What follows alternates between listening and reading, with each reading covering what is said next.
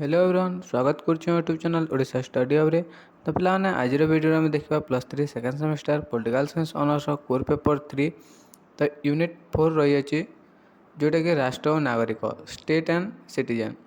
तो unit 4 already class हो सारी जो मैंने देखने प्लेलिस्ट को जाकि देखी नब। यूनिट 1 यूनिट 2 यूनिट 3 रू ऑलरेडी कवर्स हो जाइए जो मैंने देखने आम प्लेलिस्ट रही है +3 second semester political science honours core 1-2 playlist रे बुझेला। तो आज मैं देखा राष्ट्र और नागरिक स्टेट एंड सिटीजन बुझेला। तो देख राष्ट्र एक मानवीय अनुष्ठान होइतिबारु अधिवासी बिना यार परिकल्पना करा जाई न पारे। राष्ट्रर स्थायी अधिवासी मानक नागरिक कहुए जे राष्ट्र द्वारा प्रदत्त सामाजिक और राजनैतिक अधिकार उपभोग करने संगे संगे राष्ट्रपति निजर कर्तव्य संपादन करथांती। भाटेल को मतरे तो देख भाटेल को मतरे एक सभ्य और नियंत्रित समाजर कर्तव्य परायण राष्ट्रर कर्तृत्वाधीन और लाभर सम अंशीदार व्यक्तिविशेष को नागरिक आख्या दी जाए। तो से कहले एक सभ्य और नियमित समाजर कर्तव्य परायण राष्ट्रर कर्तृत्वाधीन और लाभर सम अंशीदार व्यक्तिविशेष को नागरिक आख्या दी जाए। तो अमेरिकार न्यायाधीश मिलर से निज उक्ति अनुसार नागरिक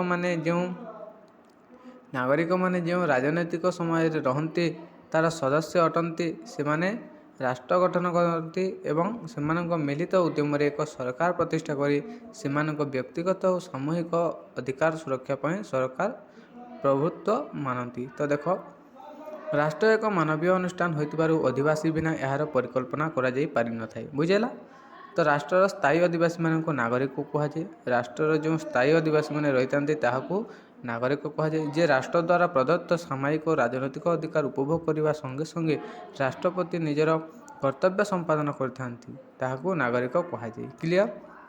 तो देख नागरिक ठारू जड़े विदेशी भिन्न अटे। तो नागरिक मान जड़े विदेशी भिन्न अटे पिलाने कारण विदेशी केवल सामाजिक अधिकार उपभोग करें और राजनीतिक अधिकार उपभोग करे कि राष्ट्र प्रति अनुगत्य प्रदर्शन करे बुझेला।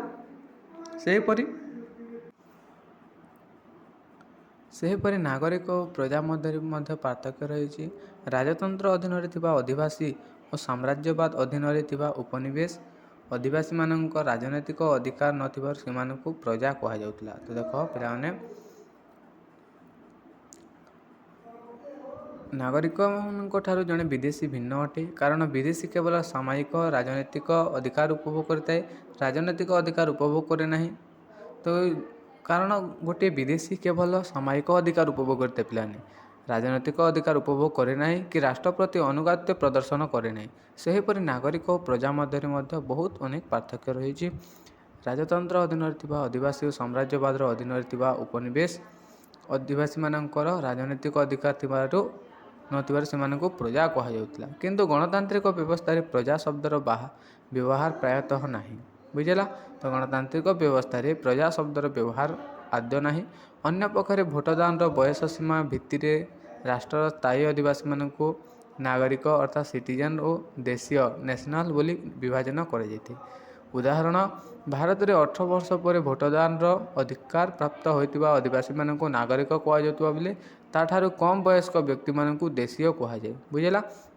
तो 18 वर्ष ऊर्ध्व होता भोटदान अधिकार प्राप्त होता अधिवासी मानक नागरिक कहुए और ताठारू कम वयस्क व्यक्ति मानक देशीय कहुए। मन रख पिलाने 1 मार्क क्वेश्चन। तो देखा नागरिकर प्रकार भेद बुझेला।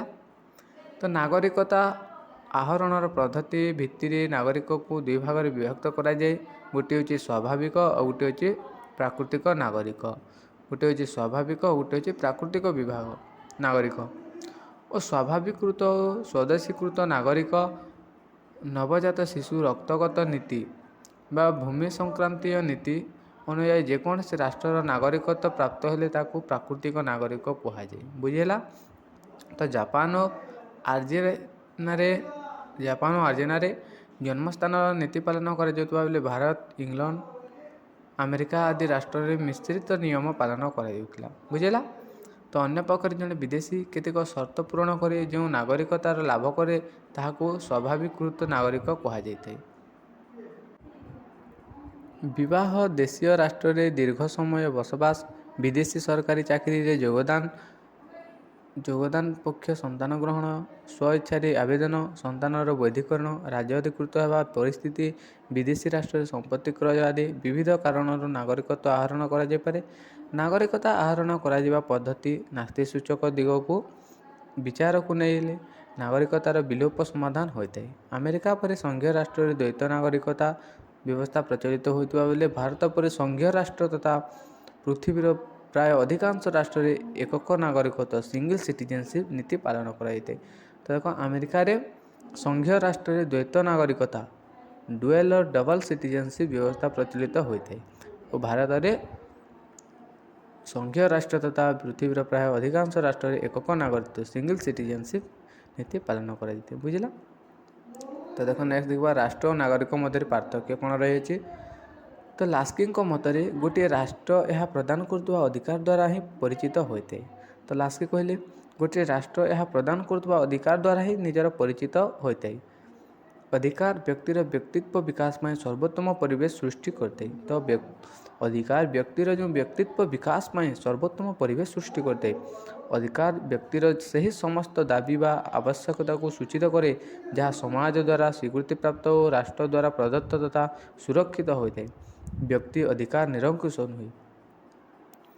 ଏହା ରାଷ୍ଟ୍ରର ଆଇନ ଦ୍ୱାରା ନିୟନ୍ତ୍ରିତ, ସୁରକ୍ଷିତ ଓ ନିର୍ଦ୍ଦେଶିତ ଅଟେ।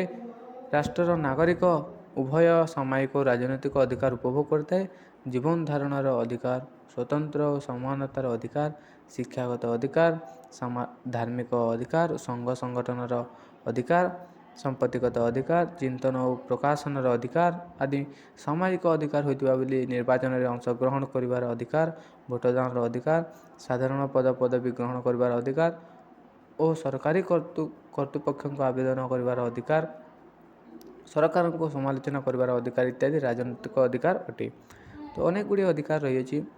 ଏହି ସମସ୍ତ ସାମାଜିକ ଓ ରାଜନୈତିକ ଅଧିକାର ରାଷ୍ଟ୍ର ନାଗରିକ ପ୍ରଦାନ କରିଥିବା ଏବଂ ଏହାର ସଠିକ୍ ଉପଭୋଗ ଦ୍ୱାରା ବ୍ୟକ୍ତିତ୍ୱର ପ୍ରକୃତ ପରିପ୍ରକାଶ ସମ୍ଭବ ହୋଇଥାଏ।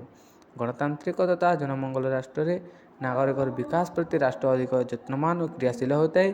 ଅଧିକାର ଗୁଡ଼ିକର ଉପଭୋଗ ପାଇଁ ନାଗରିକ କେତେଗୋଟି ଆଇନଗତ କର୍ତ୍ତବ୍ୟ ସମ୍ପାଦନ ପାଇଁ ରାଷ୍ଟ୍ର ମଧ୍ୟ କରିଥାଏ।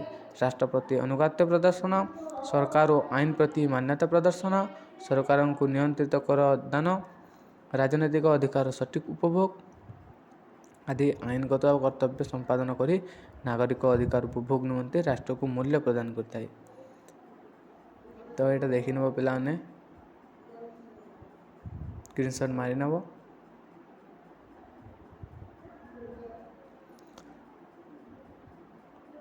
ତ ପିଲାମାନେ ଏଇଟା ଥିଲା ତୁମର +3 ସେକେଣ୍ଡ ସେମିଷ୍ଟର ପଲିଟିକାଲ ସାଇନ୍ସ ଅନର୍ସର କୋର୍ ପେପର 3 ୟୁନିଟ୍ 4। ଆଶା କରୁଛି ଭିଡ଼ିଓଟି ଭଲ ଥିବ। ଭିଡ଼ିଓ